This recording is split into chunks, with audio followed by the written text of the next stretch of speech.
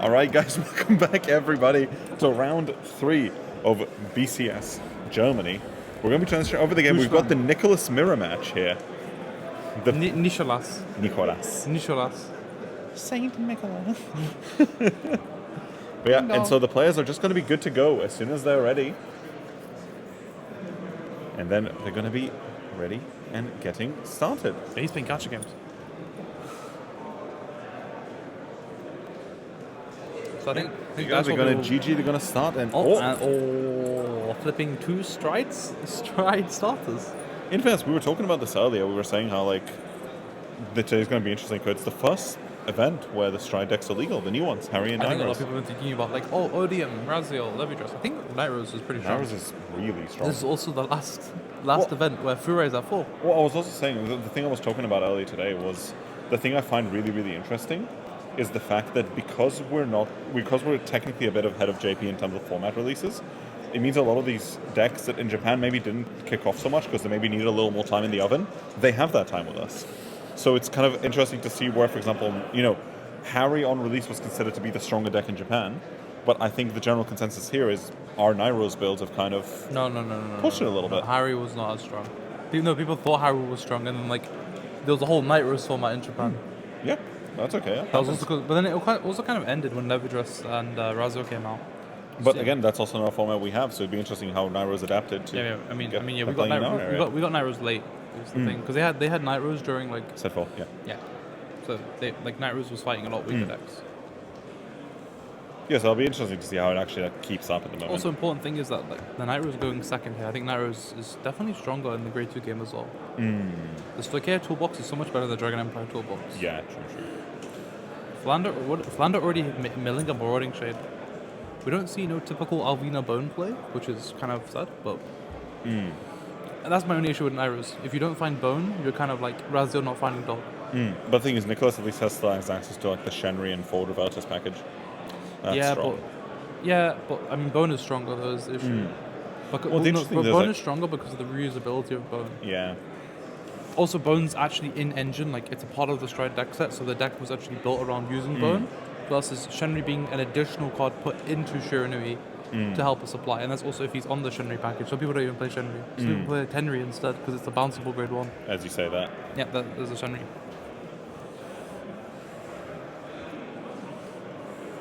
Oh, that's a Bone, I think. Yeah.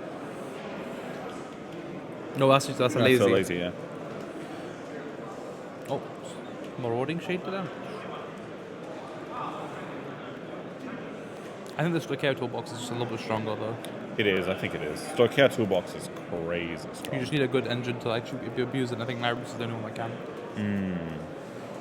Though we're seeing no actual good ditch targets for the Nightrose player. There's no Bones, and we're not seeing any Alvinas placed down, so it's a bit rough. That's a Lazy, so this early game isn't the best for the Nightrose player. We saw Philander, but Philander didn't really find us anything.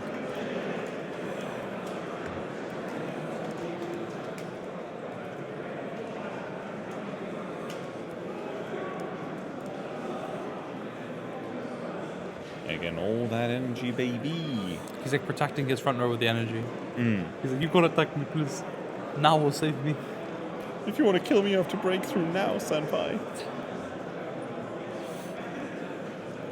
The trial of the moon begins now. We see the typical no ride.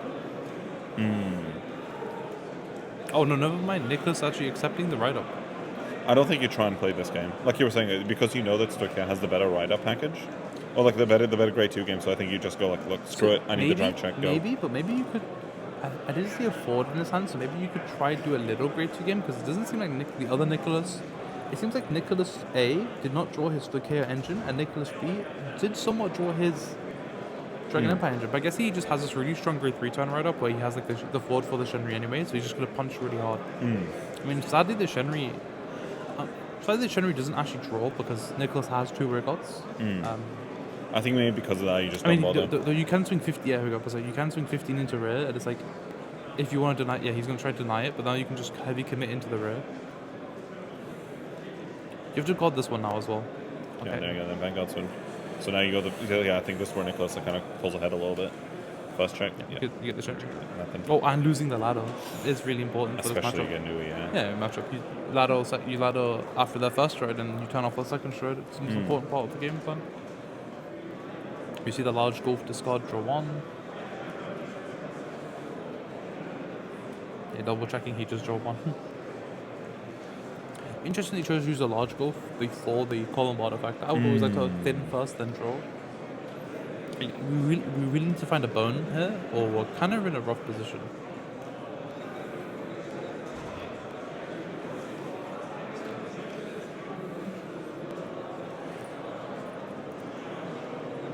So it's Tommy and Nightrose. Yeah. These mills have been kind of not the best. Though we do have the Obadiah. We can pray for the next top 5. Well, but you know there's a lazy in there, you know there's a bone in there.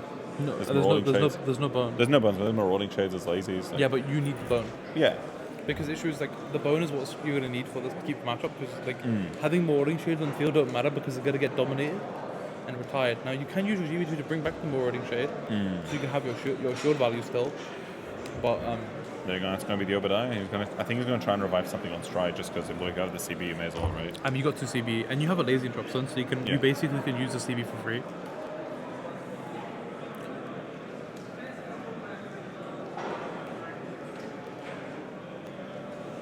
This question is there anything even really important in the drops into revive right now? There's normally this would be bone, like you'd be targeting bone. Yeah. Again, this is the thing about the Nightrose DX that it relies on Negro Bone. But that's the thing, a lot of D-decks at the moment have the one key piece they rely on, and if you don't have it... I think in this like mirror match right now, like Shirinui's is more flexible. Oh, okay. What happened? No stride skill? No, so he's flipping the Nightrose, but normally I think in this No, case... you just flip You normally flip Nightrose, yeah. I just wonder like if there's ever a world here where you just go Obadiah second stride again, just like try and...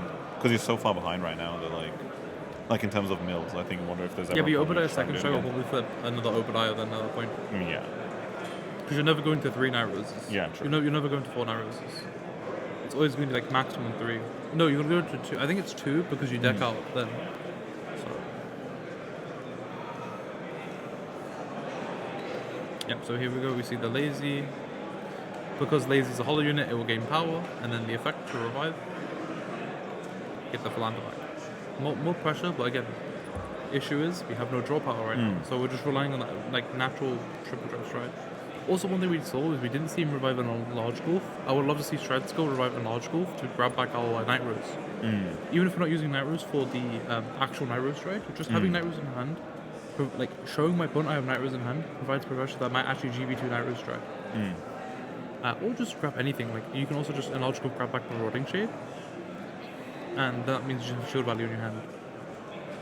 And I think when you're missing the bone, I think you want to be making as much, like, you want to be as, not as conservative, but you want to be getting as many resources as possible. Yeah. So I think you could have just strode skill, instead of calling this Marauding Shade from hand, just grabbed a large golf.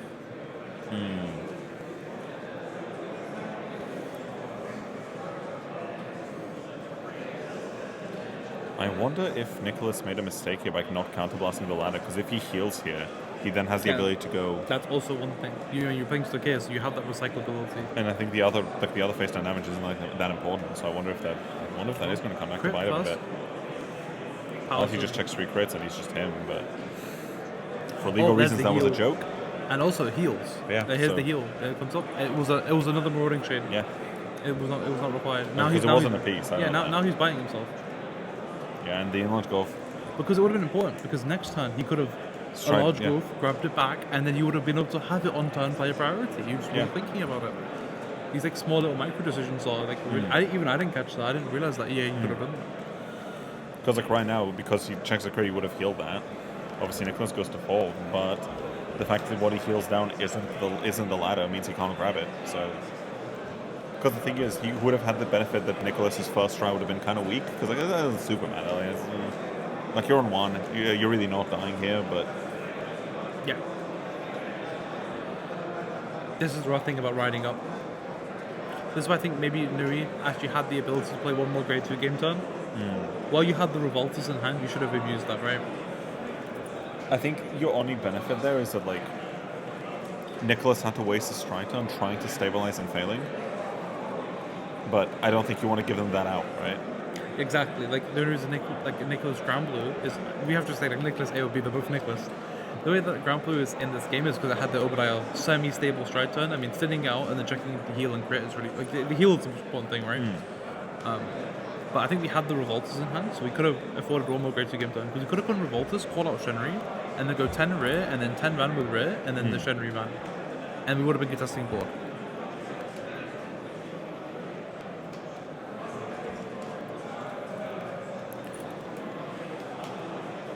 And there's the 15k gods. I mean, because the issue is like now you see like Shiranui, and OT out.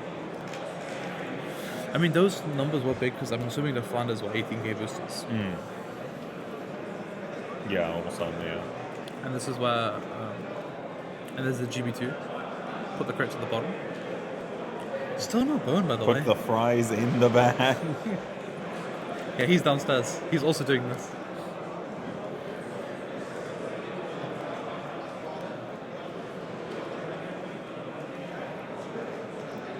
Oh, so interesting. We GB2 the lazy and then use the lazy effect to revive another Marauding Shade. But I still don't like this play because you can't just go dominate Marauding Shade, swing into the other Marauding Shade. And then so he kills your first Marauding Shade, and if you GB2 that Marauding Shade back, then you just dominate and then swing again. Yeah. And then you'll kill both Marauding Shades, so you have to commit hand size. Like here, I want to see Marauding Shade into another Marauding Shade.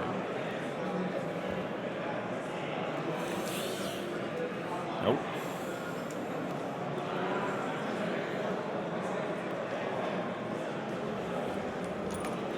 Do you think up front for the Marauding Shade? We must CB1 to make it plus 10 off the boost of the Genkai, yeah. like Genkai. Because there's no way that's normally a 19k block, so it'll be a 29k block, which makes sense. Yep, we're doing it again.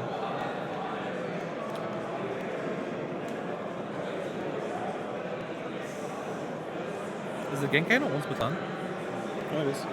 Huh? It is. I think it's the Magentambu skill. Yeah, but then he CB'd one again for the Genkai. So maybe the first one he just didn't. You know, I think he did for the Magentambu skill. Oh, that means the first Dominate wasn't Genkai then.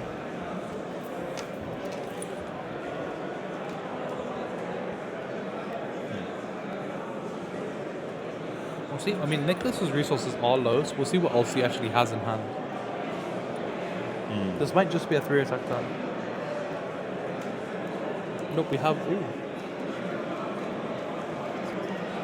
We have the Bilboris to retire the other Marauding Shade, so we did clear the intercepts away.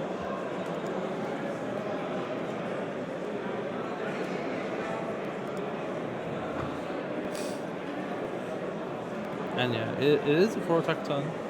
The issue is Nicholas's hand size is depleted, so we need these triple drives to be like relevant. We can't have 3 blanks there. Heal. That's a heal. That's pretty big. That's relevant. Second heal maybe. Revoltus. That's a crit though. So they both crit healed on their first triple drive. That's a bone. Is it the bone? That's a bone. We finally see a bone and it's in damage. Time to heal. Well, now we need to heal the ladder and the bone.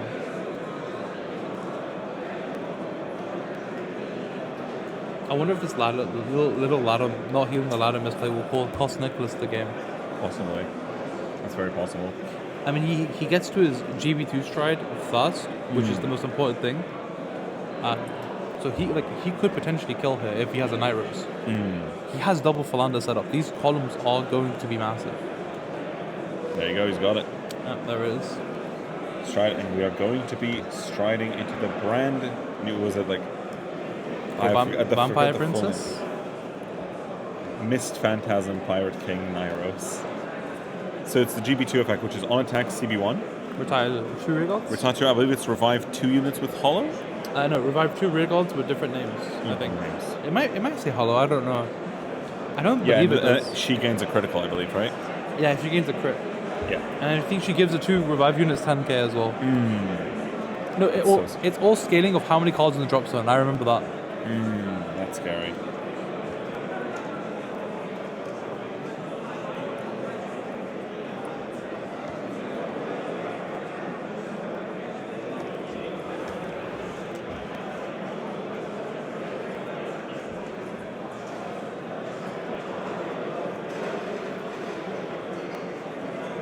Yeah, and that's going to be the Marauding Shade coming out.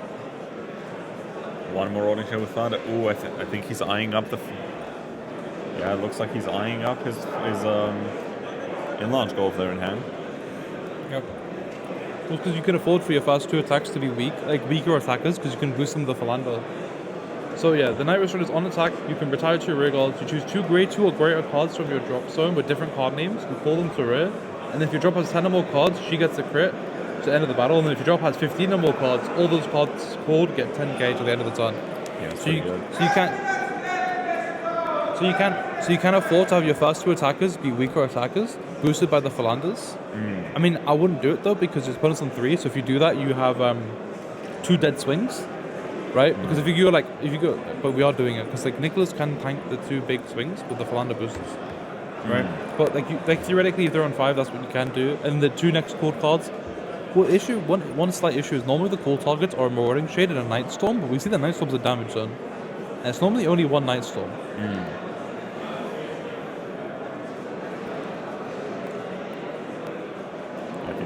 So what, this is what, 13, 23, 31, 41k. So that's 2 15s. And because of the no bones, we're kind of banking on this turn to kill. Yeah. I mean, this takes like 2 15s. That's Nicholas's triple drive last turn. 2 15s and a 5. So this looks like it, unless Nicholas hits 2 strong defensives, this might be over.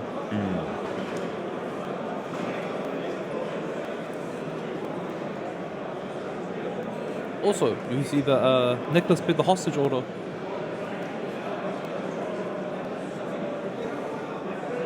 Yes, remember we were talking about this earlier. I was saying that, like, as a lot of Nightrose players and and Harry Khan, but a lot of decks like Nightrose have been opting in to run the hostage package, which is why a lot of decks like Rezael started attacking them in as well.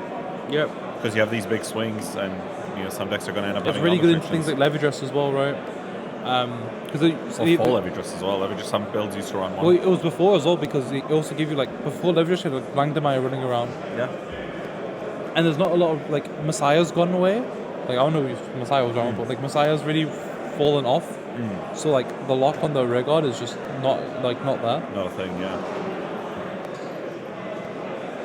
There's not a lot like Razel technically can attack in removal, like the Soul Boss one you bot deck your opponent draws, or the CB1 discard one bot deck, but it's not worth it because when you're going to see mostly Leverage and Razel and only Odium as the big 3 has consistent removal. Yeah. And the thing is, because it's just a one of or 2 of tech package, right? You're going to find it with your top 5 searches, you're going to mill it, and then you're just going to play it. Yeah.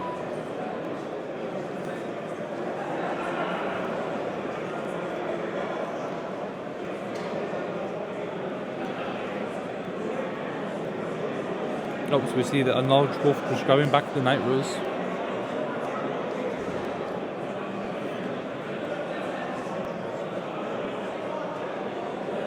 It's been a really weird game for Nightrose because we haven't seen the normal Nightrose shenanigans we normally see. We haven't really been seeing the bone loop.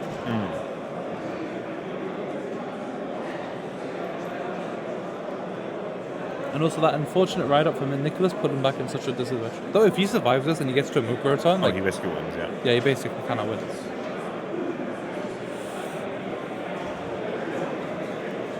And unfortunately you can't call lazy here because lazy is like when it's placed outside of battle phase.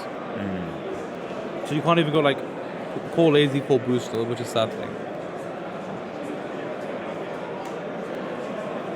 There's the Sanctitude, Alvina, Cycle and Bone. Too late. Brutal. With that triple drive, that shield value is not good.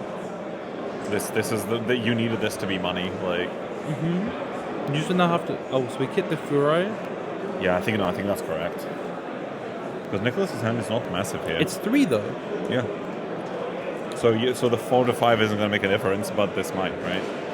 I don't know if you're surviving anyway, because I think if Nicholas has a Mukuro, even if you kill the red odds, he still has the Genkai on the board. I think almost certainly does. I think his hand was 2. Yeah, well, I mean, we know it's that, but like obviously he might. The other Nicholas might not know. Sure. But what I'm saying is, I don't think there's a reason to give him the 1 more CB. Because if he has it, then you're just giving him a free like forward revertus proc potentially for nothing, right? But I was thinking, I don't think you survive this turn anyway, so I think you try go for game. Yeah, but you don't kill him anyway. Yeah, I think he had a PG in his hand. No, I'm saying even outside of that, I don't think you kill him anyway. So it's like, Yeah, but I think you might have to try go for it anyway. I mean, I like hitting the Rigold. I just don't think he can survive this time. There it is, the Mukuro. Nicholas, like, if I spread my hand wide enough, he won't realize I have rear guards, and he won't dominate. When I cover my Rigolds with my hands so they can't see.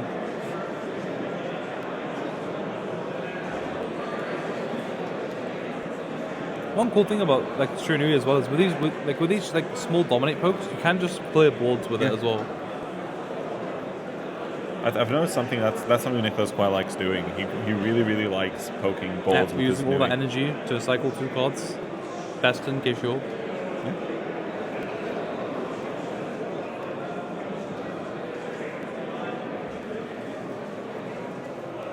I mean, Nicholas might not have restanders though, so like, if there is no restanders, this will just be like his. It's why I think clearing the board there was correct, because like, I mean, yeah, you definitely hit the fruit. yeah, because on 4 to 5 is like, if you kill him, you kill him. Like, you're not going to kill him from 4 at that stage, because on 4 cards in hand, he just needs to guard one of them, and he didn't check any triggers, so they're not that big. They're only like plus 10k.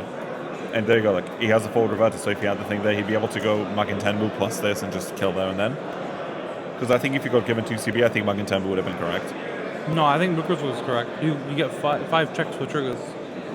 Also, the fast Muggin Tenbu, like, if you go Mukuro, the twin drive that you do with your opponent's Vanguard can help you find restanders. Sure. Well, Muggin Tenbu, you're just like giving 5 extra K.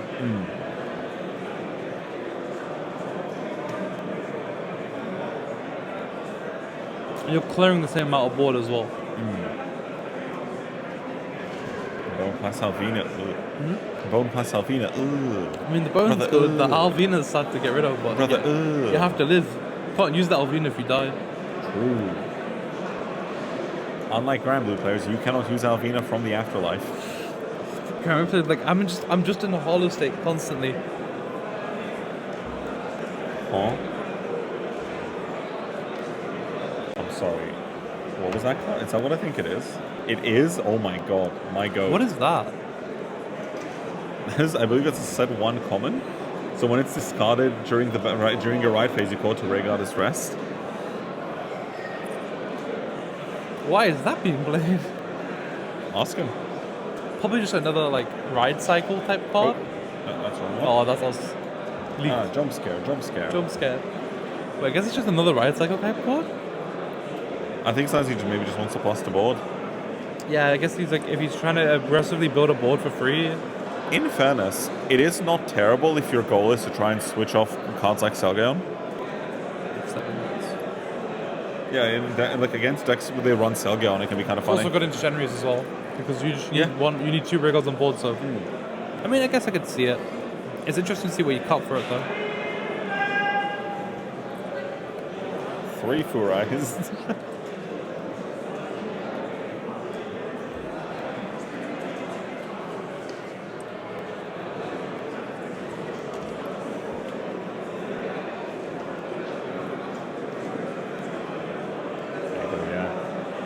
It's kind of crazy seeing like Shiranui and Granblue going back to back.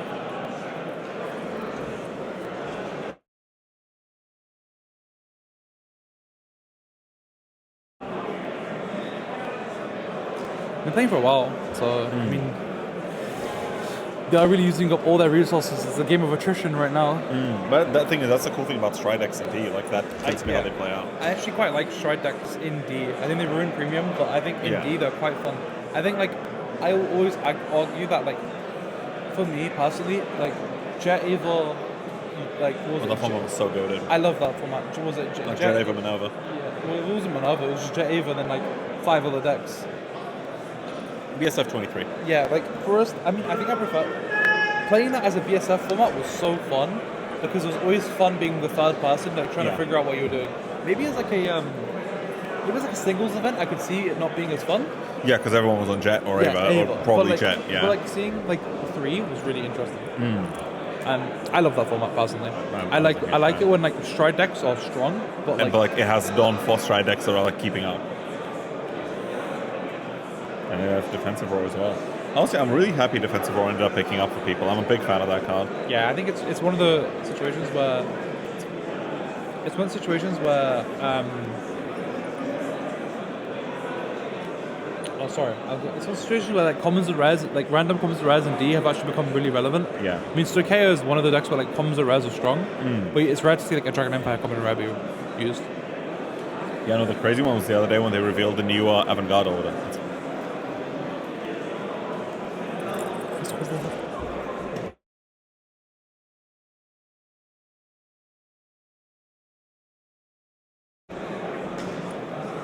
Yeah, because like for example, like the other day when like the Avant-Garde strategy got revealed. Yeah, that card's crazy. Yeah, and it's like, oh, it's a common. This card's broken. It's a common, and it fixes Avant-Garde because now like Richter gets all the effects that your thing would get, and then it's the Avant-Garde that comes off Richter gets all the Richter strategy effects and trigger effects. Yeah, it's like well, keeps triggers broken. Overlord players rise up. Yeah, and it was just confirming final numbers and with only like 4 in hand. Survived the turn. Yeah, which is kind of strong. It's crazy. Not enough pressure. Yeah, then Nicholas is just going to be swinging. He's going to go first check, Elementary, second check, critical trigger. A little Marauding Shade, and the third check is going to be Alvina coming out. Yep, so you now just swing Marauding Shade with crit. And Nicholas just takes. And Nicholas thinking he's going to say no guard, he's going to take first check, Shiranui, second check, defense row. And that is going to be game. With Nicholas beating Nicholas in the Nicholas off. The Nicholas off was beaten by the stronger Nicholas. True. We must cull the weak Nicholases. All Nicholases, we make a group chat of 25 Nicholases. And they're going to fight it out. They're going to fight it out. Who's the strongest Stride deck player? All the other Nicholases put the fries in the bag. They're not good on the proxy. They're going to put the fries in the bag. But what we're going to have to do is run downstairs and find the pairings for next round. Yeah, exactly. So guys, we'll see you in just a few minutes. We're going to run down 2 floors to find the next round. Bye, guys. Bye-bye.